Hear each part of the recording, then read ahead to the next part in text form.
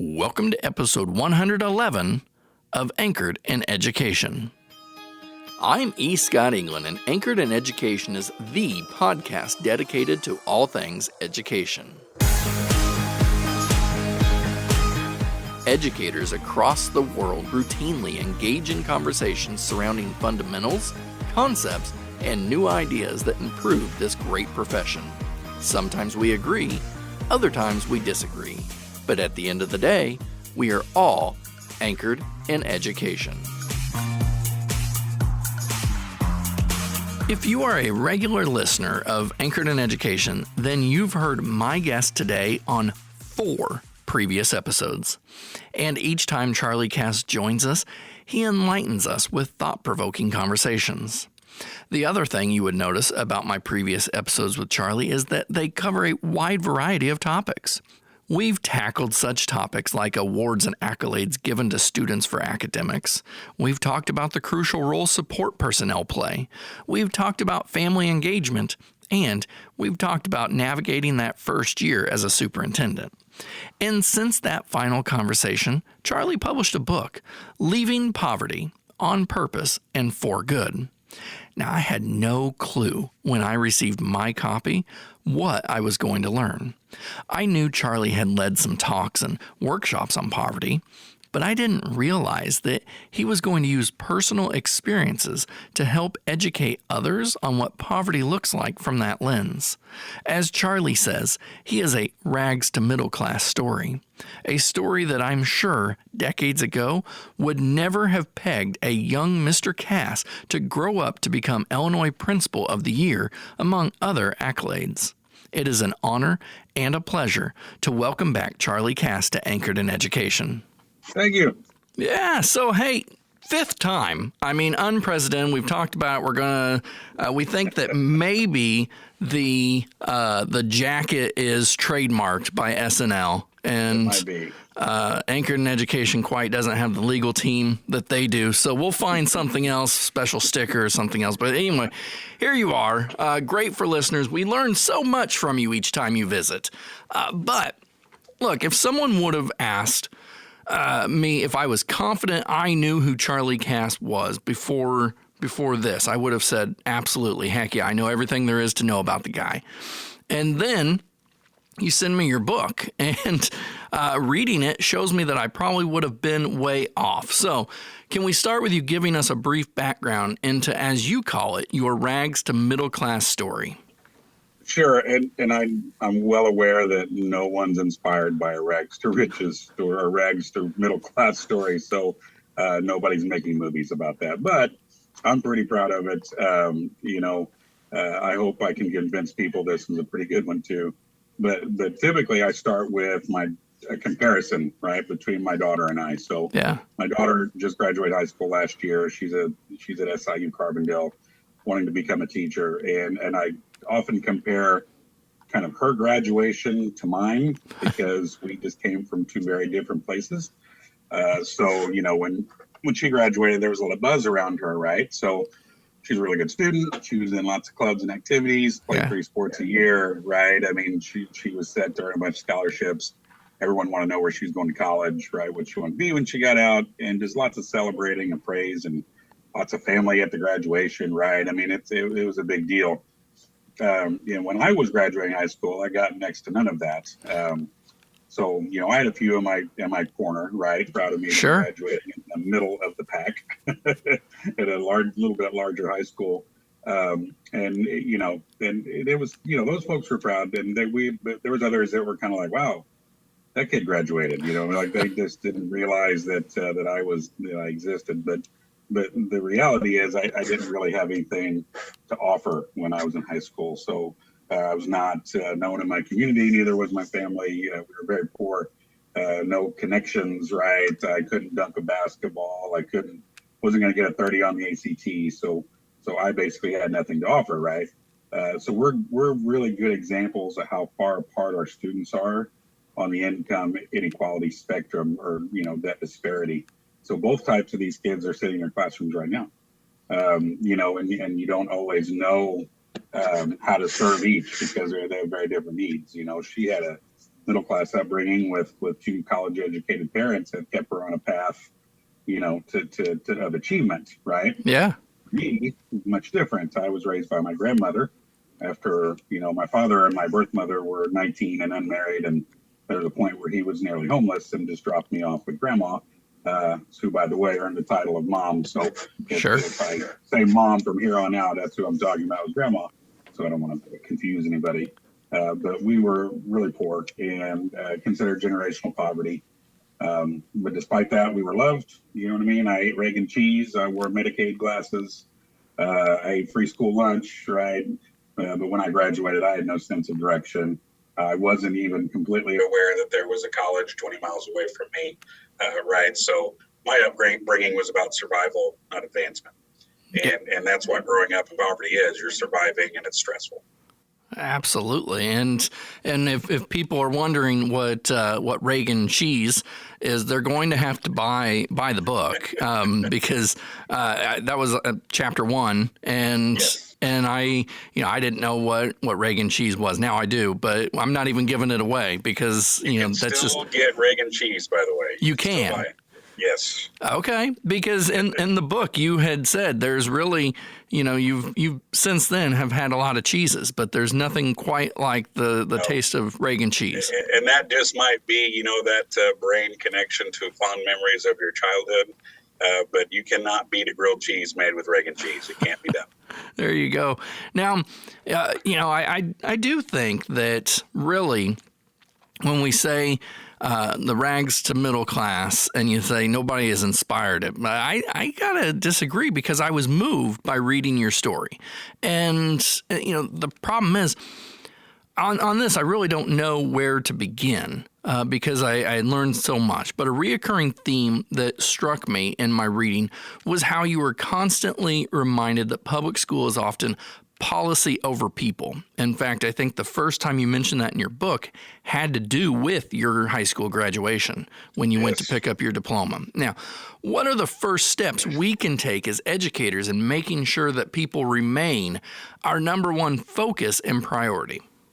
Well, and speaking of that, when I walked off the stage and the ceremony was over and went behind the bleachers to the tables where you actually get your paper diploma, right? I'm strutting my stuff. I'm pretty proud of myself, and I get to the table, and they didn't have my diploma, and I was like, oh gosh, you got to be kidding me, right? So I said, yeah. I just asked. I said, hey, why not? And they said, well, you owe for an overdue library book for like $1.45. Yeah. And I was like, holy crap, it's just a kind of a punch in the gut, right? Like a reminder that you haven't made it out of this institution yet, right? So, but that's what it feels like. And there are lots of policies. Schools really are burdened with policy. Right? Absolutely. But what happens is it's how you prioritize it, right? So, but for educators, it's going to boil down to two types of actions. And I left poverty, like I say, on purpose and for good, because I use programs that are available to me, but also had great people investing in me. So what does on purpose mean? It simply means that, think back to the statement that poverty is a policy choice. And that's not untrue, but it's, in my mind, it's incomplete. So on purpose actions are those that involve policy, rules, regs. In other words, show that you give a damn by making institutional decisions, right? Right. That help serve low-income people. These are deliberate actions that require work and study. So it's very much on purpose, right? You have to put in a lot of work. But our school has a 75% low-income rate, and we are very deliberate with our resources. We have to be. So we'll take, for example, like the community eligibility provision, so free lunch for everybody. Yep. That's something like we had to renew this last year to do that again, and my board was like, "Hey, don't forget that." I mean, they were very aware and concerned. Don't let that slip away. Our kids need that, right? So our board understands where we're at and what we're doing. We know how to use our resources, and another example would be our title funds. Using our title funds very deliberately. One thing that we know here is our strength for our low-income kids is people and relationships, and we use that title money to, kind of help the ratio of kids to adult by hiring lots of parapros. Yeah. So we have more parapros in our building than I know of most people around me. But those parapros are constantly connecting with kids all the time, and we think that's a strength. So those are very much on purpose things. You know, you have to decide, make decisions around helping your low income kids. Even classroom level policies, okay, like your homework policies, grading scales, right? I mean, all those things can cushion the impact of poverty. They're not letting a kid out of anything, right? I mean, we still want to have old high expectations for all, Sure. you know, but you also have to, you've got to be aware, you know. But for good actions, you know, are those that require relationships and connections. So, how do teachers make your kids feel? How do your admins speak to your kids? Do they speak to your kids? Right? I mean, I stand at the door and welcome every bus in, and you know, high fives if we need it, lots of hugs, whatever we got to do. You know, but how do they feel? Is school a place where it's respite from poverty? Because you know, kids wear that stress, and we have some kids that school's the best part of their day. Those meals are the only meals they might get, and they're adults that show up for them every day. So, how do your kids feel? You know, those are things that they remember. They don't remember ace in a spelling test, right? I mean, those things, those aren't memories. I mean, they remember people. Right. So, if you want to reduce poverty, eliminate it, at least reduce poverty thinking. Both of those actions have to occur together. Yeah. So students gain hope that way. They gain hope that they can mobilize out of their situation if they feel like they have a friend in the institution, right? They're going to want to navigate it. If not, they feel powerless against the institution, and they, you know, their notion of fate and what might happen to me is fixed. They don't feel like they can mobilize. So, you know, the greatest tool for social mobility for me was relationships. So, you know, I had people that refused to let me fail. And when it was time to not be nice about that, they weren't nice about it, right? So you know, I got tough love, and it wasn't just from, you know, I had a couple of great teachers in the book. I talked about Kathy Morgan in the Free Lunch Kid chapter. You know, people that treat you like a human being, right? And you attach to those folks. You know, most of my investors were teachers and employers. You know, I remember my first shot at getting jobs and how those folks treated me. And they saw my potential, and you know, they said, you know, we're going to grow this kid, right? So taking extra time and all those things. So that was probably the greatest factor. And in my case studies, you know, I used two folks, and Sherry Slankard was one, and she's been on your show. Yep. And then Jason Culp, who's a close personal friend of mine, both of them would probably lean that way too, that the relationships got them there. But, you know, you still need the on-purpose stuff, right? So student loans may have paid for college to get me there, but the guy that taught me what the word bursar meant probably helped me get my way to a degree, right? Yeah.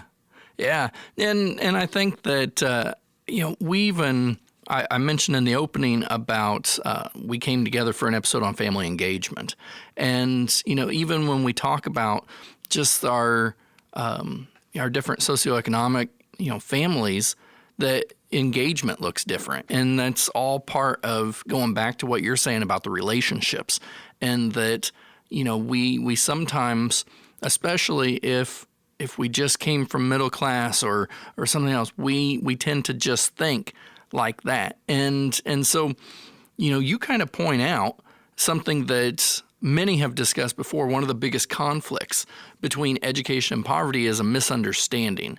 And so in your book, you talk about kind of the unspoken rules of poverty that drive many decisions. When we compare this to that of people not from poverty, we can see that disconnect. And again, it hits on the relationship. So what have you found to be the best way to educate people on poverty? Well, I mean, really to build empathy and really honestly and truthfully value human dignity, okay? So I saw a video recently on Twitter of a man walking by homeless people and spraying bear spray on them. Oh. And, you know, the story was, right, the authorities caught the guy, right? I mean, very ugly behavior.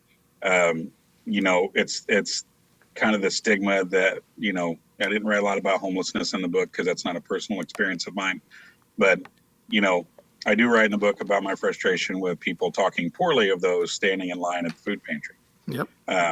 You know, drives me nuts because, you know, it, that used to be me, right? So I've got to sometimes when those kind of water cooler things are being talked about, I've got to remove myself because I don't want to ever get into a workplace scuffle over, be nice to people, right? I don't want to be that guy. But those things really disgust me, because, basically valuing human dignity is you're not going to make fun of those folks. You're not going to make comments about the cigarettes they're smoking or that tattoo on their arm, right? So you've got to see people where they are and be willing to help, be an investor if you can. But one of the best ways to start building empathy that I've seen with institutions like schools is poverty simulators. Okay. So University of Illinois Extension does these, and they're very good. And the last one that we did, it really was an exercise in seeing middle-class people react to the kind of the physical and mental gymnastics that is poverty. Okay. So now we're looking at middle-class folks in a room trying to be in a different world. Some saw it as like a game of Monopoly. They were going to try to win the poverty simulation. I'm here to tell you there's no winners. I hope I don't spoil that for anybody. But you had other groups of folks that were just in tears, and they didn't understand why being poor was so hard until they did that, and they were very open about how it made them feel. So the activity proves Ruby Payne correct. Okay, so Ruby Payne tells us that we're middle class folks that know the middle class rules. Our kids don't know the middle class rules. So they don't get us. They don't understand us, and we don't understand them, right? Another good eye-opener to help with that, and we did this once, is take a bus tour of your school district with your staff. Look at the places that we don't like to talk about. Look at the places that only the kids talk about. See what it looks like. Yeah. Okay, so that's something that makes people uncomfortable, and some to the point that they kind of complain about the activity, but it's a reality check, Some teachers are upset they had to do it, right? But then some couldn't believe that kids didn't decorate for the season. That's not something that, they do. And, right.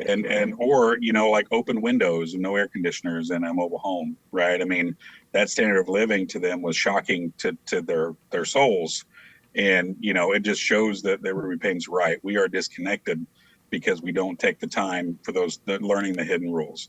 And I've strong influence Ruby Payne in the book because she was my first training in this. And I remember the first day of the training. It was a 2-day training at Mount Vernon Township High School. And I remember the first day, all I could think about was the kids that I was teaching. I go, oh yeah, little Jimmy, that's him. He acts that way, and now I know why. But by the second day, I was like, oh, they're talking about me when I was a kid. And it hit you differently. So, I internalized those things. It wasn't just a PD for me. It was like a real kind of connect with yourself, connect with others kind of deal. So I took it very seriously. So that's why a lot of her stuff shows up in the book, because it's just, you got to have something to connect with behaviors and have learning experiences out of those. But, yeah. I often tell folks, we should be, helping kids learn both sets of rules, because they still have to go home to their rules. Mm-hmm. But when we expect them to be successful in a middle-class world, they need to know the middle-class rules. So they're almost bilingual, right? They've got to be able to operate within their family, and they've got to be able to operate within a world that doesn't always work on their rules. So that's the trick. That's how you create relationships with kids. They know you're with them to win it, and that's how you do that, is just make relationships built on, I can make you successful, but you've got to follow my lead. Yeah. Hey, do you think that sometimes, you mentioned taking like a tour through your school district, and I think that's a great idea, and I can imagine some that wouldn't be necessarily open to that idea. Do you think a lot of that is because deep down we know, but if we don't see it, we don't have to acknowledge it, and therefore it doesn't exist. Yes. Well, when I was teaching geography, I used to talk to my kids about geographical arrogance, which means the farther a country away is away from us, the less we learn about or care about it, right? And that does kind of apply in this situation, right? The farther it is removed from my view, I don't have to act on it. And I've met tons of teachers over the years that they're willing to say, oh, that poor kid, right? I mean, they acknowledge that kid doesn't have much, but they're not changing some of their behaviors or some of their relationship techniques with those kids because they just don't want to, they're creatures of habit. And it's hard. We got a lot of kids in a room at a time, man. I don't, won't minimize that at all, but, sometimes you got to find that one kid. And I always tell folks in my presentations, I didn't have bad teachers in school. I just had teachers that were doing their job. Sure. And for whenever back then, I wasn't in a part of a subgroup, right? We didn't have subgroups until No Child Left Behind. Right. So we weren't trained on how to work with kids from poverty, IEP kids, right? I mean, fill in the blank. So back in those days, we had teachers doing their job. And now that we're learning more and people really, unfortunately, get excited about how well their subgroups test, now we're actually doing PD in these areas. So shamelessly, I'm going to say, yeah, bring me in, man. I don't care if your test scores go up at all, but I hope I impact you a little bit. Yeah, for real. So a minute ago, you were talking about, don't judge the lady in line at the food bank. And then you said, don't talk to you about the cigarettes or the tattoos. And so throughout your book, you mention how being poor is a money-making industry. You cite many examples. And actually, I mean, I was reading those and I was thinking, oh my goodness, I pass some of these examples every day, specifically, talking about the fact in Illinois, at least, you can't hardly go into a gas station without seeing a gaming section now. You give all kinds of scenarios to demonstrate the accuracy of this. So other than becoming a legislator to help enact stricter laws governing these predatory industries, what can we do to help inform and assist those in need? Well, on the gaming thing, I have a really sour kind of attitude towards kind of what people call sin taxes, right? Sure, yeah. Because, in my mind, and this may sound crazy, but to me, it's always felt like you're making money off the backs of poor folks. And so I don't gamble. I don't have fun like that because I feel like that's just kind of contributing to that. But what I did, my kids go to West Frankfort schools. And so I took the West Frankfort community. I dug up a lot of state reports on how much money is played versus how much is collected in tax, right? Things like that. So I compared our town to a town with the same number of licenses, but in a completely different socioeconomic setting. Yeah. Much higher median income, much higher property values.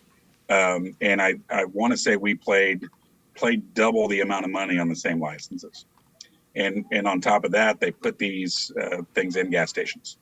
Yeah. Where a lot of poor folks do regular business. I mean, that's just what it is. So it's frustrating, and to that it's hard because everybody needs revenue streams in every level of government. And sometimes they can use kind of the guise of, hey, we're going to put this into schools, our gambling money, we're going to use it for schools, or we're going to use it for roads or whatever. And that they'll draw people to expanding their licenses so they can do those things. And that's fair.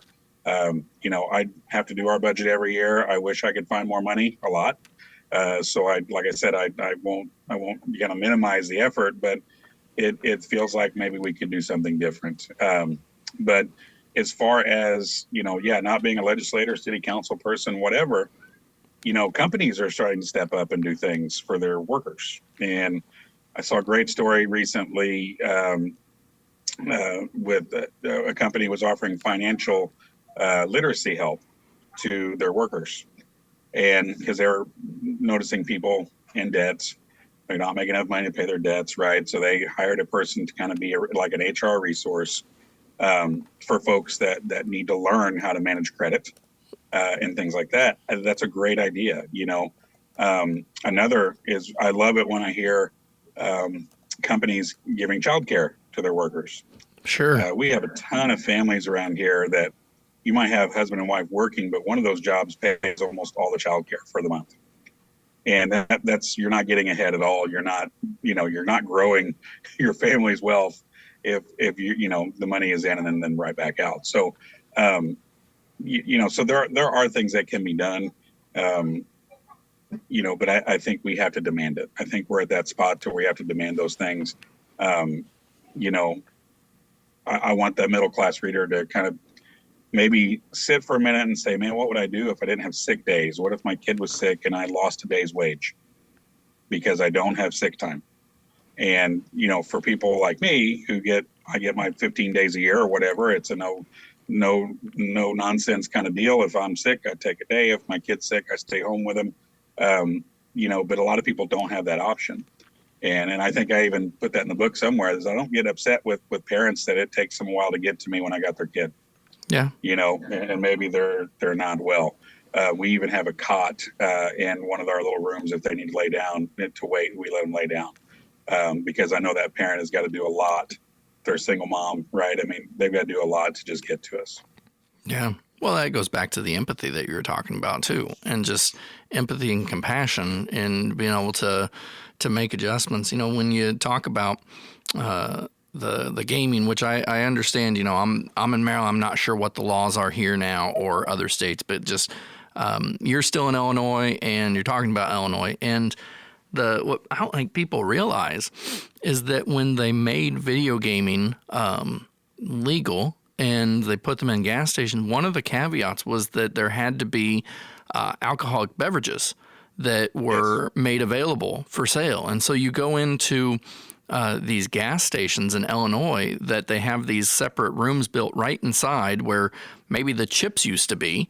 And then you can go in there, not only gamble, but have access to alcohol, which, I mean, it doesn't take a far stretch to see the connection between, you know, alcohol and gambling and everything there. So again, well, and addictive behaviors. I mean, it's, you know, I mean, that's the other part of that is addictive behaviors that we're going to perpetuate. We're going to keep offering something that some people are struggling with, you know, and that's the other part of that is, you know, we got to make money. So we're going to put it in places where we know people are going to play, they're going to drink, they're going to smoke. Right.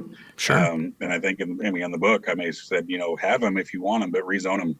Yeah. You know, put them somewhere where we're not putting them right in front of the folks that struggle the most with these things. Absolutely. And the other thing, you know, when we talk about a lot of the ways we sell these to communities or districts or, you know, legislative districts or states is that we say, oh, well, look at the money that it's going to generate for X or for Y. And I mean, we can go all the way back to the history of just lottery in general, not just Illinois. I mean, everywhere that, you know, the way they sold these to states is saying, hey, we're going to give you money for your schools. And it did not take long for them to, you know, backtrack on that. And they'll still say, oh, we give you money, but they just quit funding other areas. I mean, there's no additional funding, but we could go on about that all day.